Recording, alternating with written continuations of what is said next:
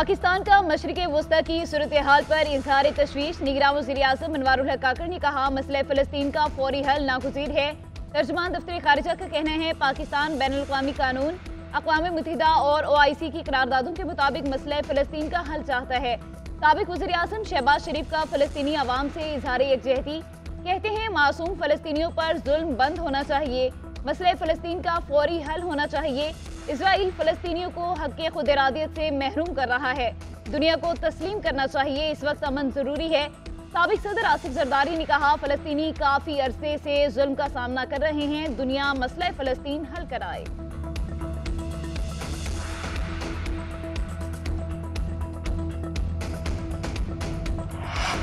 मशरिक़े वस्ता की संगीन सूरत हाल। अक़वाम मुत्तहिदा की सिक्योरिटी काउंसिल का इजलास आज तलब। सेक्रेटरी जनरल एंटोनियो गुतेरेस का कहना है, मज़ीद तसादुम से बचने के लिए तमाम सिफारती कोशिशें की जाएं। सऊदी अरब का अफ्रीकन से कुशीदगी के खात्मे का मुतालबा।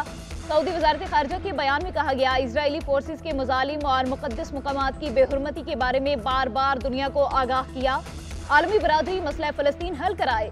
ईरानी सुप्रीम लीडर के मुशीर रहीम सफ़वी की हमास की कार्रवाइयों पर मुबारकबाद। तुर्क सदर तैयब एर्दोगान ने तहम्मुल से काम लेने की अपील कर दी। अफगान तालिबान ने भी फ़लस्तीनी मुज़ाहिमत को जायज़ करार दे दिया। गजा में रिहायशी इमारत पर मिसाइल गिरने की आवाज़ सुनने पर अल जज़ीरा की रिपोर्टर डर कर चीख पड़ी और कैमरे से पीछे हट गई। ताहम कुछ ही देर बाद उन्होंने उस वाक़े से मुतालिक रिपोर्ट करना शुरू कर दिया।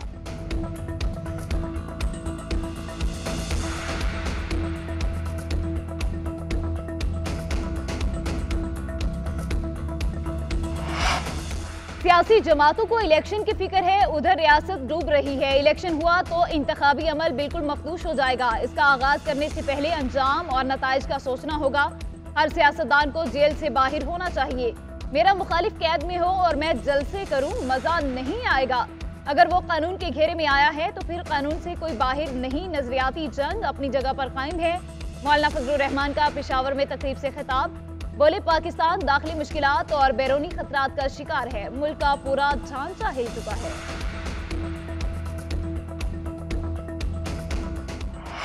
हर मसले का हल इलेक्शन है। पीपल्स पार्टी हर वक्त इंतखाबात के लिए तैयार है, इलेक्शन जल्द होने चाहिए। Chairman Peoples Party Bilawal Bhutto Zardari की न्यूज कॉन्फ्रेंस। कहा, मेरा नहीं ख्याल फजलुर रहमान इलेक्शन के खिलाफ है। अवाम को अपने नुमाइंदे मुंतखब करने का जल्द मौका मिलना चाहिए। नवाज शरीफ काफी अरसे बाद वापिस आ रहे हैं। नून लीग वाले खुशामदीद की वॉल टॉकिंग तो कराते, मुस्लिम लीग नून का सारा बोझ शरीफ खानदान को नहीं उठाना चाहिए।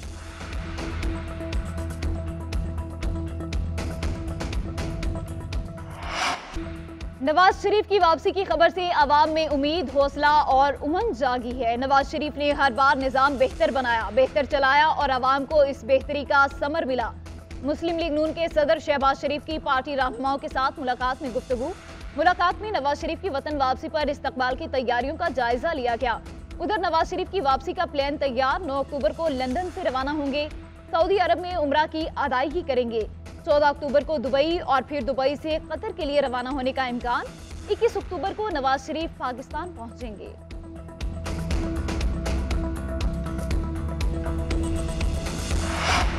नवाज शरीफ 21 अक्टूबर को वतन वापस आएंगे। चौथी बार वजीर आजम बनेंगे। हमेशा की तरह नवाज शरीफ इस बार भी मुल्क के मसाइल हल करेंगे।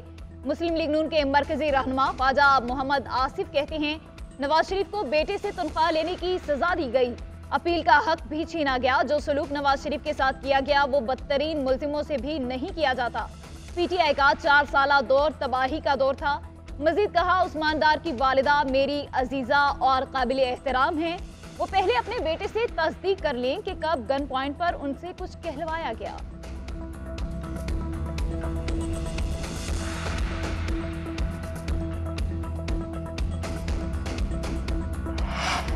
आज आम आदमी का महंगाई के हाथों बुरा हाल है। पाकिस्तान को दोबारा ट्रैक पर लाएंगे। राना सनाउल्लाह का फैसलाबाद में वर्कर्स कन्वेंशन से खिताब। बोले, हमारा 16 माह में से 13 माह IMF से मुआहदे में गुजर गए। उधर मरियम औरंगजेब ने लाहौर में कन्वेंशन से खिताब करते हुए कहा, नवाज शरीफ के दौर में महंगाई 2% पर थी। चोरों और नालायकों के टोलों की वजह से महंगाई 26% हो चुकी है।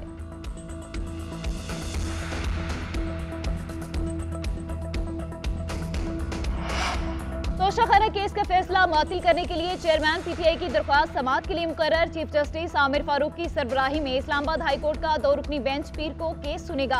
चेयरमैन पीटीआई के खिलाफ खातून जज को धमकाने की केस की समाअत जज की रुखसत के बायस मुलतवी।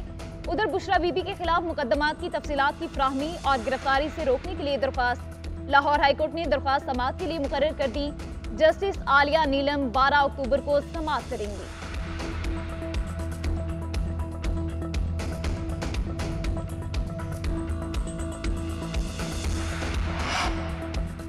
महकमा एंटी करप्शन पंजाब का परवेज इलाही और मोनिस इलाही के गिर्द घेरा तंग। 2.5 अरब रुपए के सरकारी इश्तेहारात की मद में गबन का इल्जाम। डीजीपीआर ऑफिस का एक मुलाजिम जेर हिरासत, 10 को तलबी का नोटिस जारी। दोनों के खिलाफ वादा माफ गवाह की तलाश शुरू कर दी गई। उधर साबिक वज़ीर आला पंजाब चौधरी परवेज इलाही से वकला की डियाला जेल में मुलाकात। कानूनी अमूर और मुकदमात के दिफा के लिए हिकमत अमली पर मुशावरत। अदालती हुक्म पर परवेज इलाही की अहले खाना से भी मुलाकात कराई गई।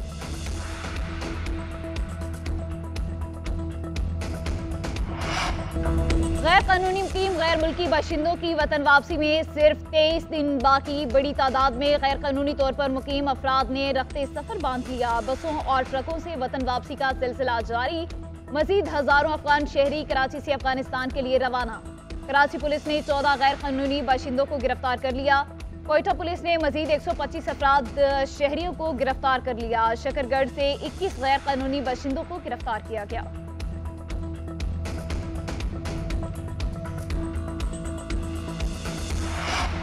पाकिस्तान में क़यामत खेज ज़लज़ले को गुजरे 18 साल बीत गए। नागहानी आफत ने 73,000 से जायद इंसानों को निगल लिया।